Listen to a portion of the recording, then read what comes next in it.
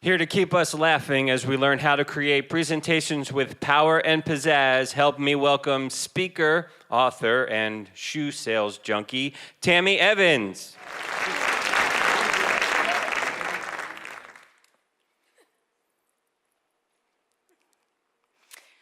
I have a confession. Hi, I'm Tami, and I'm a recovering people pleaser. Can anyone relate to that? Oh, are you like me? Do you feel like you can kind of keep the balance? You've got the work and the life, you've got your compartments and your departments, and everything's going along really smoothly. And then it happens one morning, I don't know why, but it always seems to be in the morning. Somebody asks you to do something, to volunteer or do something, help out, or outside of your realm of responsibility. And without even thinking about it, you automatically say, okay, I know you, you know me. Yes, you say yes, absolutely. And it's just one yes, but that one yes is a slippery slope.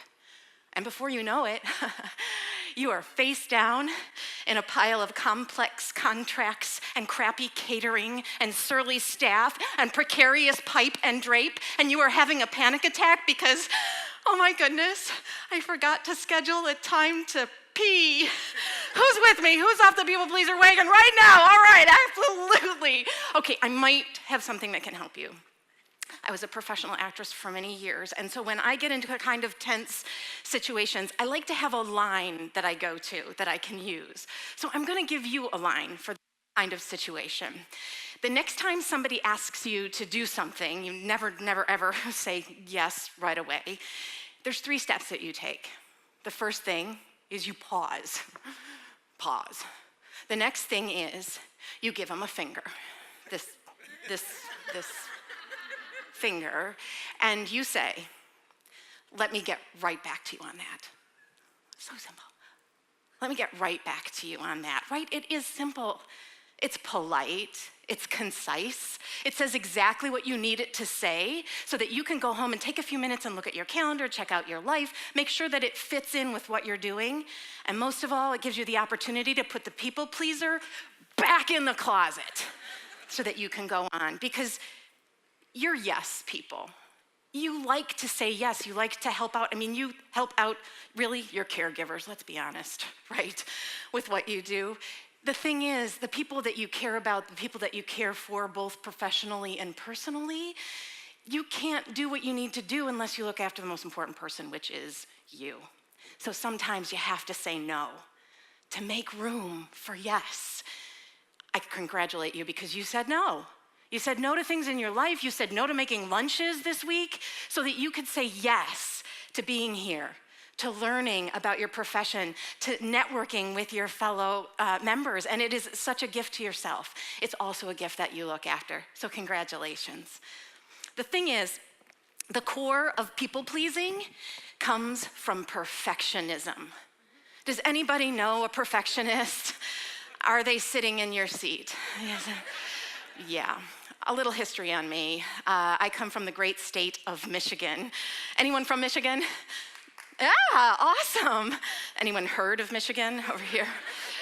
I like to say that we are the most creative state, and there's a reason, everyone else. It's because we don't even need a map to show you where we're from. Look, she's hand mapping me right over there, see?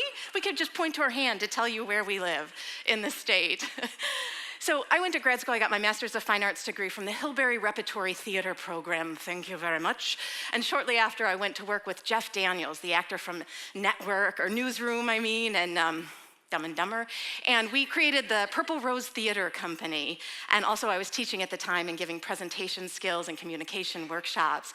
And with Jeff's help, I was able to move to New York, and I got a job on a daytime soap. And then I worked on a nighttime soap out there and did some films with a local director. And then I got into voiceover. I became the voice of People Magazine and Givenchy and Nissan. And if you'll just close your eyes for one moment, I think you may have heard me. Your call is very important to us. Please remain on the line for the next available representative. Now you have a face to hate. It was wonderful. It was a great job. But, being a classically trained actress, I wanted to be on the stage in New York City. And I thought the only way that's ever going to happen is if I'm perfect. It's New York City. So I rehearsed and I rehearsed and I took coaching and I rehearsed and I got classes and I rehearsed and I rehearsed and I watched what everybody else was doing. And so for every audition, I got closer and closer to what I thought was perfect. But I never booked the job. Now, I'm an optimist, so I did not give up.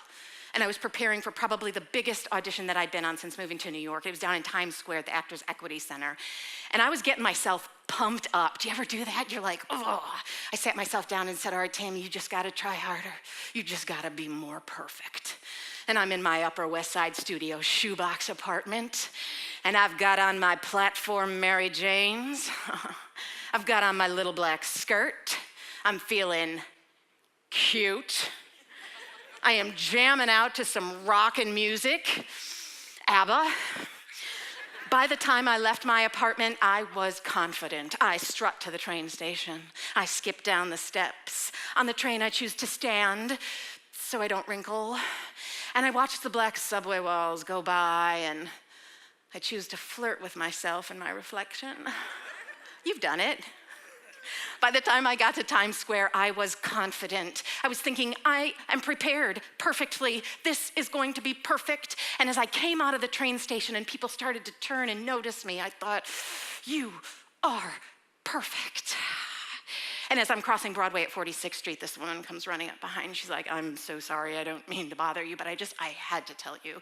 And I'm thinking, tell me what? That I'm perfect. The entire back of your skirt is tucked up into your pantyhose in the back.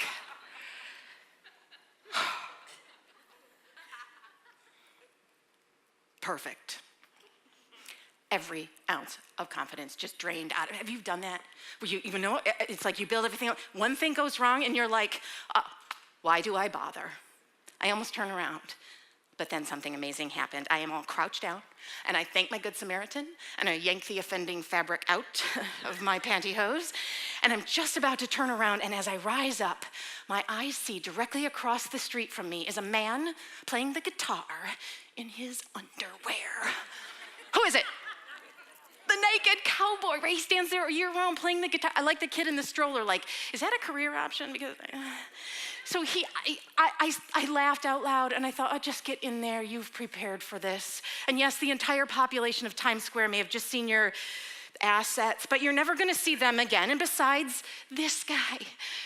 So I went in and I told them the story and we had a good laugh and I did my audition and it was far from perfect. But I booked the job because they said they liked my personality and my passion. It took that pantyhose moment for me to realize personality and passion upstage perfection every single time. So you may not wear pantyhose, but you are professionals and you are human beings and you will have pantyhose moments. So when you're paralyzed by your perfection, put your perfect on pause and allow your personality and your passion to prevail. This is an amazing convention. You are awesome, powerful professionals, and we thank you for sharing part of your time with us. I'm Tami Evans. Thank you so much.